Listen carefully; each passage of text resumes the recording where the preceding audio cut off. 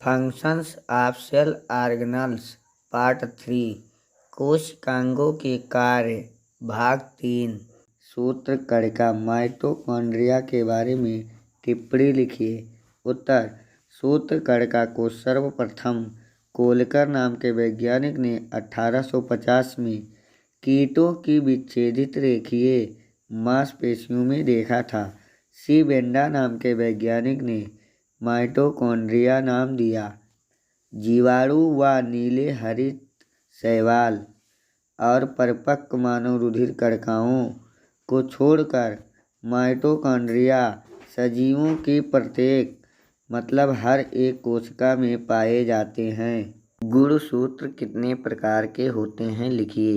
उत्तर, गुणसूत्र बिंदु की उपस्थिति तथा अनुपस्थिति के आधार पर निम्न प्रकार के होते हैं। पहला, आकेंद्रकी एसेंट्रिक गुणसूत्र बिंदु अनुपस्थित होता है अर्थात होता ही नहीं है।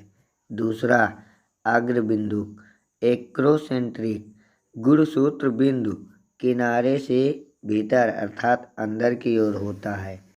तीसरा है उपमध्यकेंद्रीय सबमेटासेंट्रिक गुणसूत्र बिंदु केंद्र से अर्थात बीचों बीच से कुछ दूरी पर स्थित होता है।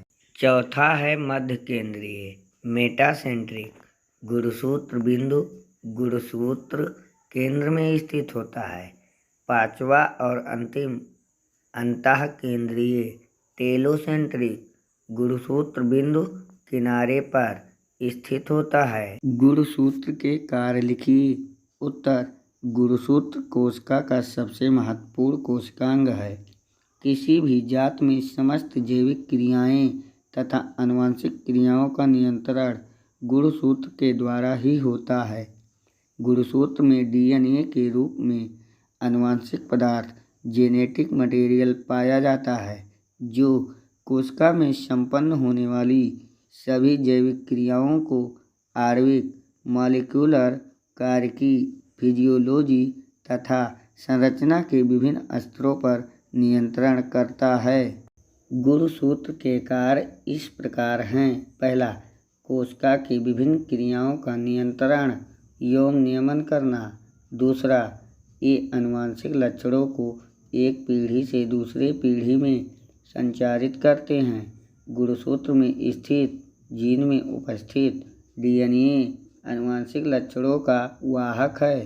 तीसरा, गुणसूत्र की स्थिति, संख्या तथा संरचना में परिवर्तन से विभिन्नताएं उत्पन्न होती हैं जिससे जैव विकास द्वारा नवीन नई जाति का विकास होता है। चौथा, मानव में गुणसूत्र के द्विगुणित सेट में आकार की दृष्टि से 23वें जोड़े में 2 गुणसूत्र X तथा Y पाए जाते हैं। निषेचन की क्रिया में इन दोनों गुणसूत्र के सेट में से एक गुणसूत्र माता से तथा एक गुणसूत्र पिता से आता है। किसी भी जंतु में लिंग का निर्धारण लिंग गुणसूत्रों सेक्स क्रोमोसोम्स के द्वारा होता है।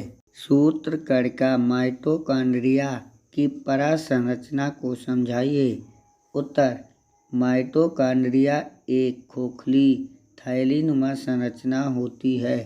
इसका आवरण 2 एकल कलाओं यूनिट मेम्ब्रेन्स का बना होता है। पहला, बाह्य झिल्ली आउटर मेम्ब्रेन। यह माइटोकॉन्ड्रिया का सबसे बाहरी आवरण है जो कि 6 से 7 नैनोमीटर मोटी प्लाज्मा कला का बना होता है। यह कला त्रिपटलीय होती है तथा अंतःप्रद्रवी जलिका की झिल्लियों से समजातता प्रदर्शित करती है। दूसरा, अंतः झिल्ली इनर मेम्ब्रेन। यह बाह्य कला के अंदर स्थित होती है। यह झिल्ली लगभग 6 नैनोमीटर मोटी होती है। इस पर साइटोक्रोम उपस्थित होता है। यह माइटोकॉन्ड्रिया की गुहा में अंगुली समान उभार बनाती है जिन्हें क्रिस्टी कहते हैं। इस प्रकार की संरचना माइटोकॉन्ड्रिया को अनेक परस्पर संबंधित कक्षों चेम्बर्स में विभाजित कर देती है। माइटोकॉन्ड्रिया की अनुप्रस्थ काट और लंबवत काट का चित्र बनाइए। आगे दिया गया है, आप लोग देख लीजिए। माइटोकॉन्ड्रियल कक्ष के बारे में समझाइए। उत्तर, माइटोकॉन्ड्रिया में उपस्थित दो कलाएं इस कोशिकांग को दो कक्षों में विभाजित कर देती हैं, जो इस प्रकार हैं। ये बाह्य कक्ष, आउटर चेम्बर, यह माइटोकॉन्ड्रिया की दो कलाओं के बीच का स्थान है, जिसकी चौड़ाई 6 से 7 नैनोमीटर होती है। इसे पैरा माइटोकॉन्ड्रियल कक्ष भी कहते हैं। बी, अंतः कक्ष, इनर चेम्बर, माइटोकॉन्ड्रिया में भीतरी कला से घिरा हुआ स्थान भीतरी कक्ष कहलाता है। यह समांग पदार्थ से भरा होता है, जिसे माइटोकॉन्ड्रिया का आधार द्रव मैट्रिक्स कहते हैं।